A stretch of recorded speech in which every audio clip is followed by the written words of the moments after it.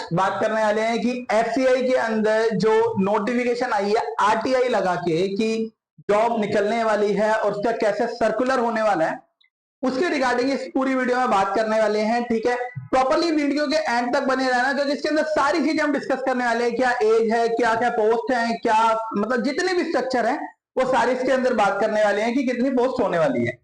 तो सबसे पहले अगर मैं एफसीआई की रिक्रूटमेंट की बात करूं कि एफसीआई नोटिफिकेशन जो रिलीज हुई है वो दिसंबर में है। एक्सपेक्टेशन ये है कि दिसंबर के अंदर नोटिफिकेशन आ जाएगी। ऑनलाइन एप्लीकेशन बहुत जल्दी ये सारी नोटिफाई हो जाएगी। एफसीआई की जो एग्जाम डेट होगी वो जनवरी में होगी, मतलब जनवरी आप एंड मान के चलिए कि जो एग्जाम होगा वो जनवरी एंड में 2025 में होगा। तो एफसीआई की जो वैकेंसी है वो जो डिटेल में अगर बात करूं कि इसकी जो कैटेगरी 2 है, कैटेगरी 2 पे जो आरटीआई लगा के इंफॉर्मेशन आई है 6221 पोस्ट निकलने वाली है और कैटेगरी पे 27,345 पोस्ट निकलने वाली है। ठीक है, तो अब इसको एक एक करके बात करते हैं कि इसका जो प्रोसेस है वो क्या रहेगा। सबसे पहले कंप्यूटर बेस्ड टेस्ट होगा, इंटरव्यू है और डॉक्यूमेंट वेरिफिकेशन है। लेकिन अगर मैं बात करूं सारी पोस्ट पर इंटरव्यू नहीं है, ये कुछ कुछ चुनिंदा पोस्ट है जिस पर इंटरव्यू है, यानी कि कंप्यूटर बेस्ड टेस्ट तो आपका होना है। उसके बाद जिनकी पोस्ट पर इंटरव्यू है मतलब मोस्टली ग्रेजुएशन पे ही है और जिन पेज पे इंटरव्यू है आपको उन्हीं पे देना है, नहीं तो सीधा डॉक्यूमेंट वेरिफिकेशन होगी। या फिर जिन पे इंटरव्यू नहीं है उन पे 2 टेस्ट होंगे, कंप्यूटर बेस्ड टेस्ट 1 और सीबीटी टेस्ट 2। तो ये टेस्ट 2 तरीके के होने वाले हैं, यानी कि 3 राउंड आपके लगभग रहेंगे।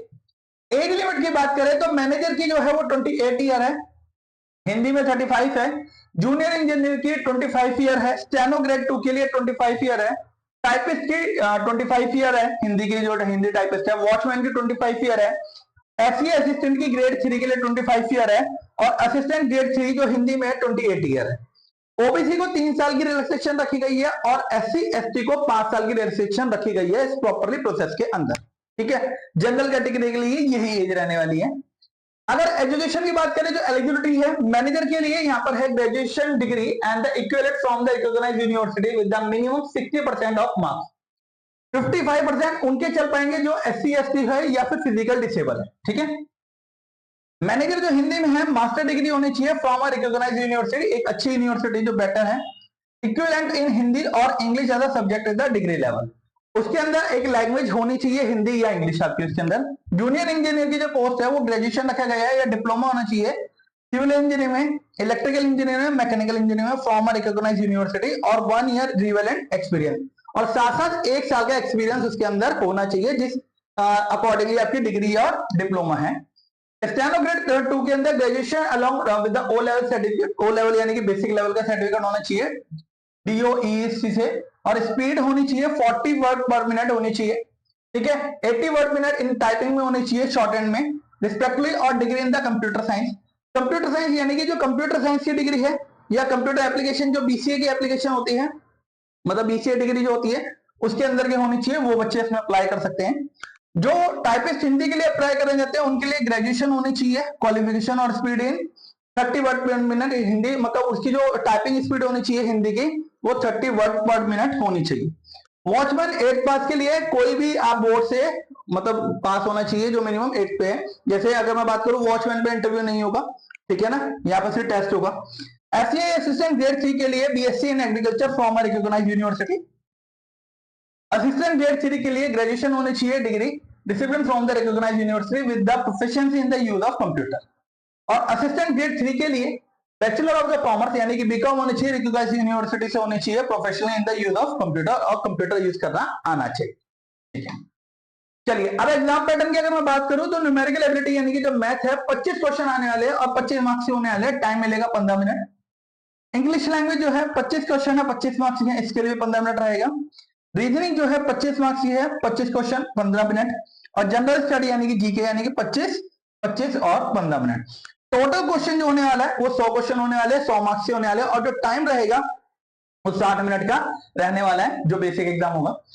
अगर सिलेबस की बात करें जो सिलेबस आने वाला है रीजनिंग का, ये सारे टॉपिक आने वाले हैं। जो पजल है रीजनिंग अरेंजमेंट हो गया, ठीक है, sitting arrangement sorry, direction science हो गया, ब्लड रिलेशन, सिलोजियम, मतलब आप मान लीजिए वर्बल और नॉर्मल दोनों तरीके के टॉपिक आपको अच्छी तरीके से कवर करने रीजनिंग के अंदर। जनरल स्टडी के अंदर जो मेन टॉपिक है करंट अफेयर आपको अच्छी तरह पढ़ने हैं, national international. Indian geography, history, Indian political science and technology, Indian constitution, Indian economic and environmental issues. Numerical ability की अगर बात करें तो data interpretation, inequalities, number series and the approximation and the simplification, data sufficiency, miscellaneous arithmetic problem, HCF, LCM, profit and loss and SI CI यानी कि simple interest और compound interest. English की बात करें reading comprehension, cloze test, fillers, sentence error, vocabulary based questions, one word substitution, jumble paragraph या sentences, paragraph fillers, paragraph conclusions and paragraph sentence restatement. यानी कि ये सारे टॉपिक आपके इसमें आने वाले हैं, तो आपको अच्छे से प्रिपेयर करने हैं। Problem on ages, work and time, speed and distance, ये मैथ्स के टॉपिक है, प्रोबेबिलिटी, ये आपको अच्छे तरीके से प्रिपेयर जरूर करने हैं, क्योंकि ये एक एक्स्ट्रा में रखे गए हैं, लेकिन इनसे भी क्वेश्चन बन सकते हैं।